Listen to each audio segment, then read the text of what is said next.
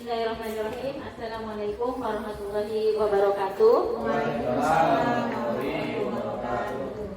Bismillahirrahmanirrahim. Rabbi shrah li sadri wa yassir li amri wahlul 'uqdatam min lisani yafqahu qawli. Allahumma shalli ala sayyidina Muhammad wa ala ali sayyidina Muhammad. Salawat serta salam marilah kita curahkan kepada junjungan kita Nabi besar Muhammad sallallahu alaihi wasallam. Semoga kita kelak nanti di yaumul qiyamah mendapatkan syafaatnya. Amin. Yang terhormat Bapak Kepala Sekolah SD Negeri Sukasari 02 yang pada kesempatan kali ini diwakilkan oleh Bu Nuryani.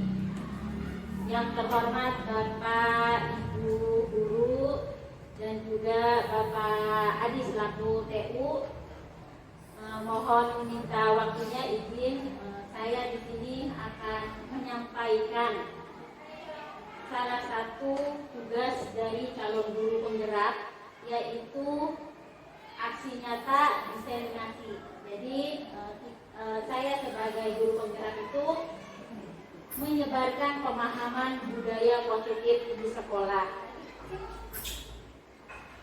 Di sini untuk menciptakan budaya positif di sekolah, seorang guru yang baik itu harus memiliki kemampuan dalam mewujudkan budaya positif di sekolah, dan budaya positif tersebut dapat dijalankan dengan menerapkan konsep-konsep inti seperti apa saja. Yang pertama, disiplin positif, motivasi manusia, kebutuhan dasar manusia, posisi kontrol restitusi, segitiga restitusi, dan keyakinan sekolah atau kelas.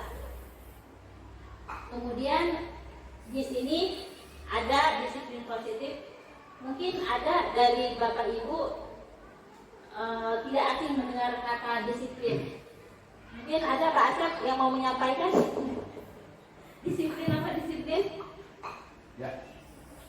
Terima kasih atas waktunya yang diberikan kepada saya. Disiplin itu berarti pengertian secara konteks di mana kita bertanggung jawab pada sesuatu yang kita kerjakan, baik itu berkaitan dengan waktu ataupun hasil daripada pekerjaan tersebut. Terima kasih.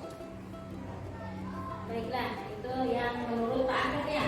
Mungkin Pak Bayu, disiplin apa menurut Pak Bayu? Baik, disiplin menurut saya itu ketaatan atau kepatuhan terhadap aturan yang sudah ditetapkan. Disiplin, jadi aturan yang sudah ditetapkan dilakukan sebagaimana mestinya. Terima kasih atas masukannya. Ya, betul yang disampaikan. Kita bagaimana caranya kita menerapkan disiplin itu berdasarkan motivasi internal, bukan akibat paksaan. Ya, semoga kita kedepannya juga lebih ditingkatkan lagi untuk disiplin ini. Kemudian di sini membahas tentang 3 motivasi perilaku manusia. Yang pertama, menghindari ketidaknyamanan atau hukuman. Berikutnya, untuk mendapatkan imbalan atau penghargaan dari orang lain. Yang ketiga, untuk menjadi orang yang mereka inginkan dan menghargai diri sendiri dengan nilai-nilai yang mereka percaya. Jadi biasanya seseorang melakukan sesuatu itu karena motivasi. Jadi di antara seperti itu. Kemudian kita next ke berikutnya, materi kebutuhan dasar manusia. Kebutuhan dasar manusia itu ada 5. Yang pertama, kebutuhan untuk bertahan hidup. Kemudian cinta dan kasih sayang, kebebasan. Kenapa? Ada apa dengan anak tersebut? Mungkin dirinya dia itu tidak terpenuhinya dari kelima kebutuhan dasar manusia itu. Mungkin dia itu kurang kasih sayang sehingga dia mencari perhatian ke teman-teman yang lainnya. Seperti itu. Kemudian untuk berikutnya 5 posisi kontrol guru. Yang pertama, guru sebagai penghukum. Yang kedua, guru sebagai pembuat merasa bersalah. 3, guru sebagai teman. Yang keempat, guru sebagai pemantau. Yang kelima, guru sebagai manajer. Jadi di sini posisi. Terima kasih. Ya, terima kasih Pak Asep. Di sini kita menganalisis kasus tersebut dengan menggunakan tahapan segitiga restitusi. Nah, apa saja segitiga restitusi di sini? Yang pertama itu menstabilkan identitas. Jadi kita itu peran guru itu sebagai penghukum, pembuat merasa bersalah, teman.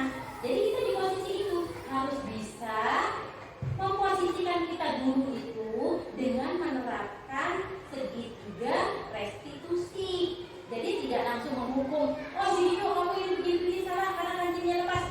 Tidak langsung seperti itu.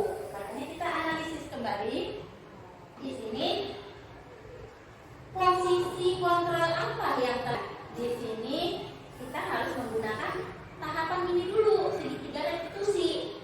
Kita menstabilkan identitas. Menstabilkan identitas di sini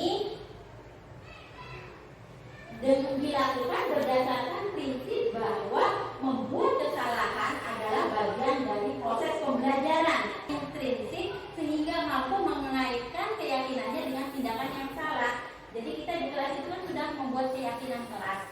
Apakah perbuatan yang dia lakukan itu sudah sesuai, pantas tidak, seperti itu. Jadi di sini posisi kontrol yang dipraktikkan oleh kepala sekolah Bu Suti yaitu sebagai manajer. Jadi memang diharapkan kita itu sebagai guru manajer. Jadi di mana hal yang dilakukan yaitu, jadi dia Ibu Suti itu ramah kan, dia tidak emosional. Jadi menenangkan keduanya, terutama Dino dengan kata-kata yang tulus dan mengajukan kata-kata yang bermakna agar mereka membuka pikiran murid. Dino, sepertinya kamu saat ini sedang marah sekali. Sehingga Dino pun mengalir bercerita tentang kesalahan hatinya. Kemudian Bu Suti membimbing untuk menyelesaikan masalah secara mandiri sehingga Dino bersedia memperbaiki kesalahannya dengan apa? Dengan menyetujui belajar menjahit dan memperbaiki kemeja Anto. Itu. Kemudian yang berikutnya di sini ini Bu Suti menguatkan Dino atas masalah yang diakibatkannya sehingga dia dibimbing oleh Bu Suti untuk bertanggung jawab dan menyelesaikannya secara mandiri dengan dia mau belajar menjahit untuk menjahit kembali kancing baju Anto.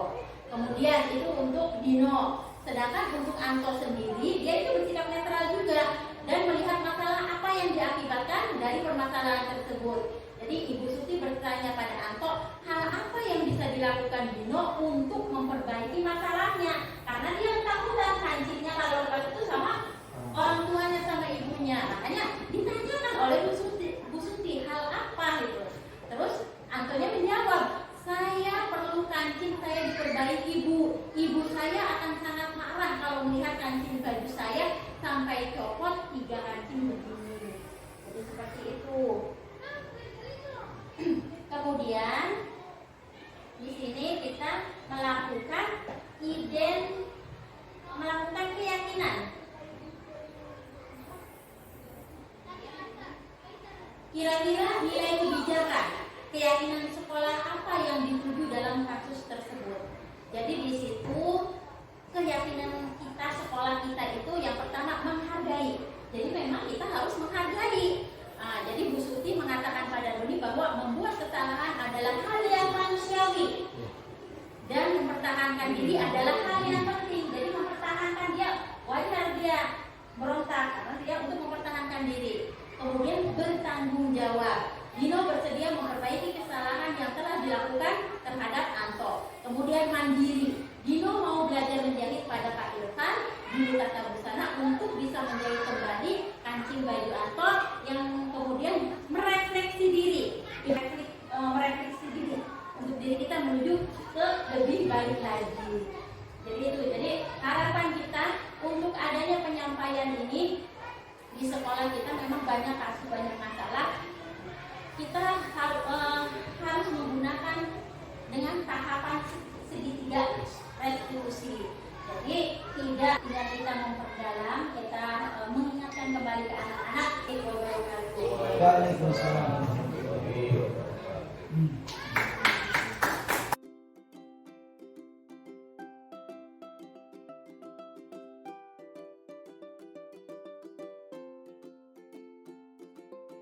Kalian tahu ibu panggil?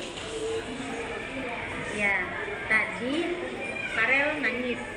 Itu Farel nangis kenapa? Coba kalau ibu pengen tahu ceritain.